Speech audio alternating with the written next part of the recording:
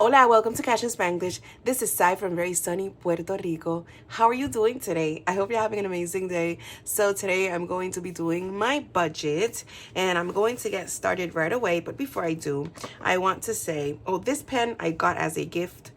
I feel like it was someone at my church. And then this one is from Black and Blue.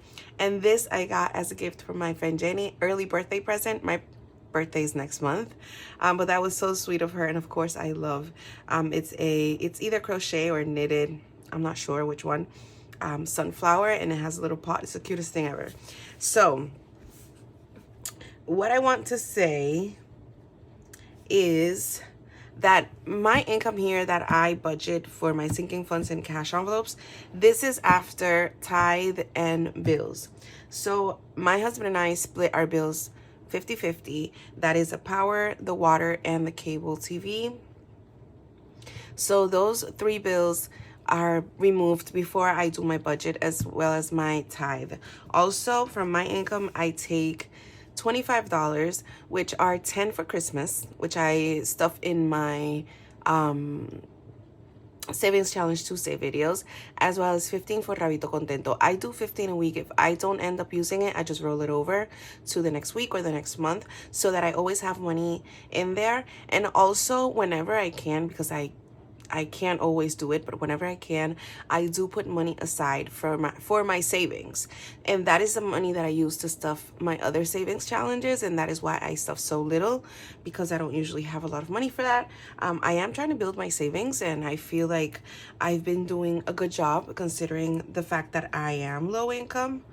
But whenever I am able to take money for my savings, I use that to stuff my savings challenges, and then eventually that'll go into the bank into a savings account. So having said that, this is for, I wrote it in Spanish, October 13th. In Spanish, we write the day first and then the month. And my income today is $225. So in past videos, I would do a story time while I was doing my budget, because my budget is so boring. I don't have a lot of envelopes. I don't stuff a lot of money. But I would do a story time just to make it a little more fun. So I'm going to try to write and talk at the same time, which I've done before, but I feel like I have to struggle to do that. So I'm going to tell you a little bit of a story time of something that happened to me. It was in December of 2021. So as you guys know, or you might not know if you're new here, but a lot of you know that I'm a Christian and I go to a specific church, and that church that I go to, we have an entire council. So we have in Puerto Rico alone over 300 churches, and then we have churches pretty much worldwide. So it's a pretty big council. It's a pretty big church. So I am one of the leaders by God's grace, because I haven't done anything to deserve it. By God's grace only, I am one of the leaders for the chaplain fraternity of our council. So I am the district leader. That means that I have to take care of and prepare current chaplains and future chaplains as well, right? So every single year we have a group of people. It can vary in my district from like 15, 20 people, even more, 25, that want to become chaplains. So my role is to help them prepare. They take seminaries, and I'm there with them in the seminary. I'm not the teacher. There's a teacher. But I am there with them. I make sure that everyone is attending the seminary, and I make sure that if they have any issues or any doubts or any problems, I help them out, and I just help them stay current. And after they graduate from the seminary, which takes an entire year, then I just keep up with them every single year. And I actually have like certain activities during the year so that we can all get together and you know, just as chaplains we can get together, we can worship together and do things for the community, right? Because that's what being a chaplain is actually all about. So having said that, in every single year, at the end of the year, we have a ceremony that's like a graduation, pretty much, of every single student that wanted to become a chaplain and took the seminary that year. Now, I am the leader for my district, but Puerto Rico has 18 districts. So we get all 18 districts together that one day, and every single one of those students, they graduate together, and that can be 200, 300 people, right? Because it's every single district. And some districts, they'll have a lot of, like, a large group of students. Some may have a smaller group. It varies. So in 2021, I was asked to deliver a speech at the graduation, at that big event that is done at the end of the year. So I was very flattered and I was very honored, and just, it was a privilege to be delivering this speech. I was not going to write the speech. So my job was to deliver a speech that someone else was going to write. And basically the speech was all about the history of this class. So the history of the people that are going to become chaplains, like if they went through any struggles that year, if there was anything special about one class in particular or one person in particular. So we wanted them to feel like we value them and just speak about them, about the students, about the class, right? So that's what the speech was about.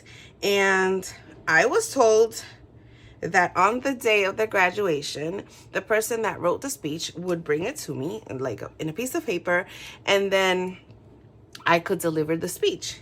So, and the reason why the person that wrote it wasn't delivering it is because the person that wrote it has other roles in the graduation, and it wouldn't look good for them to be doing everything, right? So she wanted another person to deliver the speech because she had other roles, or other important roles in the graduation itself.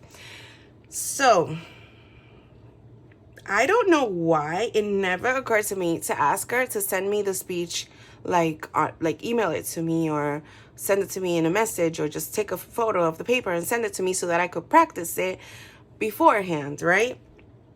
It never occurred to me. What I did do was I got there very early that day, that graduation day. I got there very early because I wanted to make sure that I had that paper in my hand and that I could read it over several times before having to deliver the speech, right? I wanted to read it over, maybe memorize some parts that I could just lift my head and speak them without reading the paper. That was my plan. So when we got to this event, by the way, my income this week is $225. When we got to this event, the person that was going to write the speech, she was already there, right? She's one of the most involved people in this ministry, so she was already there. And I got there like an hour before. But I told her, hey, I'm here, so you can give me the paper and I can read it. And she was like, okay, great. She started looking for it. And guess what? She did not have it. So she had like a whole bunch of papers, and she had a briefcase, and she looked through every single one of those papers. It took her a good solid 15, 20 minutes, and she could not find it. She was like, I think I left it at home. And I was like, what? And she was like, yeah, I think I left it at home. So I was like, well, obviously then I'm not going to do this, right? So obviously they're going to skip the speech and just not do that part. And she was like, oh no, we're going to do that part. And I was like, but how? And she's like, you need to improvise. And I was like, what? I could not believe it. I was in shock. And she was like, yeah, you're going to do a good job. Don't worry. I was like, I am not going to do a good job, lady. I was not prepared to deliver like an improvised speech in front of 500 or 600 people, because those graduations, they're for like the whole country. And so there's the students that are graduating, there's their families, and then we have all the ministers, all the pastors, and the bishop is there, and everyone is there, right? And I was so nervous. So right before the graduation, they have the students go to a special area and they serve dinner for the students, right? And they feed them and they give them presents and all that. And while the students were doing that, I was supposed to be with them, with my group, the whatever amount of students were graduating that year from my district. I could not go with them because I was knelt down praying. Like, I knelt down.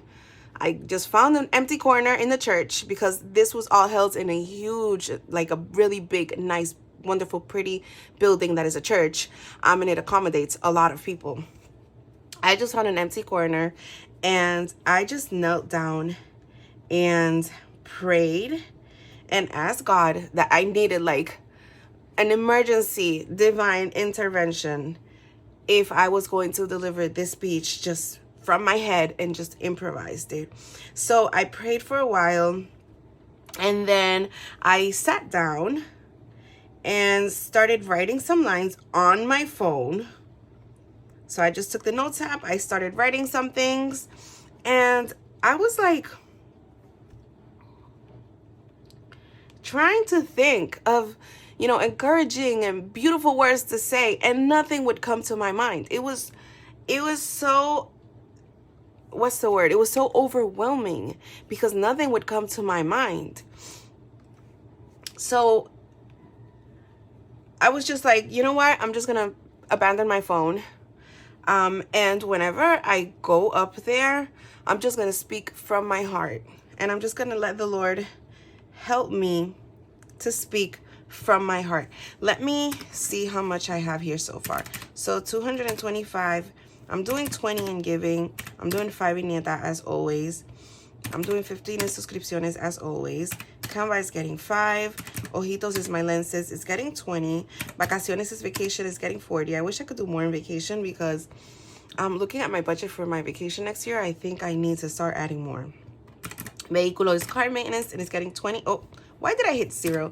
I had $100 left. So let's see. I'm definitely doing 20 in emergency fund. So when it was my time finally to get up there and deliver my improvised speech, God was so amazing and so merciful that the speech actually turned out to be pretty good, like a lot better than what I expected it to be. And I couldn't even believe it. I was in shock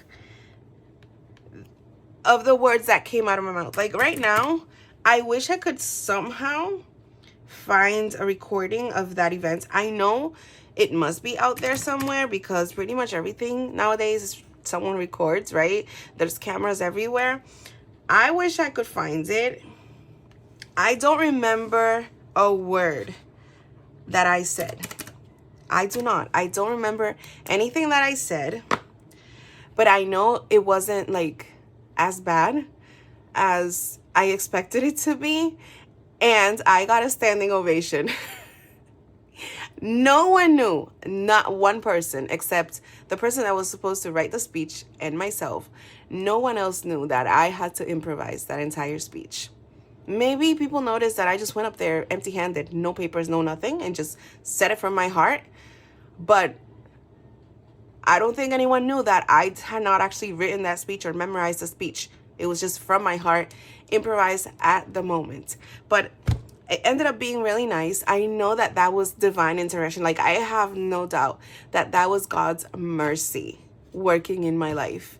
And yeah, that is my story time for today. I wanted to share that with you guys because I was remembering that a few days ago. I was actually, in my mind going back to that moment, and I doubted myself so hard. Like I was terrified, but God came through, and he always does. He always does. So this is what I'm going to be stuffing into my cash envelopes and into my sinking funds. We have a zero-based budget after all my deductions, like I said, my tithe and my bills and all of that. I always end up with a zero-based budget, which is what I like to do. So thank you so much for being here. I hope you enjoyed this little bit of a story time. If you haven't subscribed to my channel yet, I hope you consider doing so and turning on the notification bell. Hit the thumbs up if you enjoyed. this video and leave me a comment below so I can know that you were here. Once again, thank you, and I hope you have the most amazing and blessed day. Bye bye.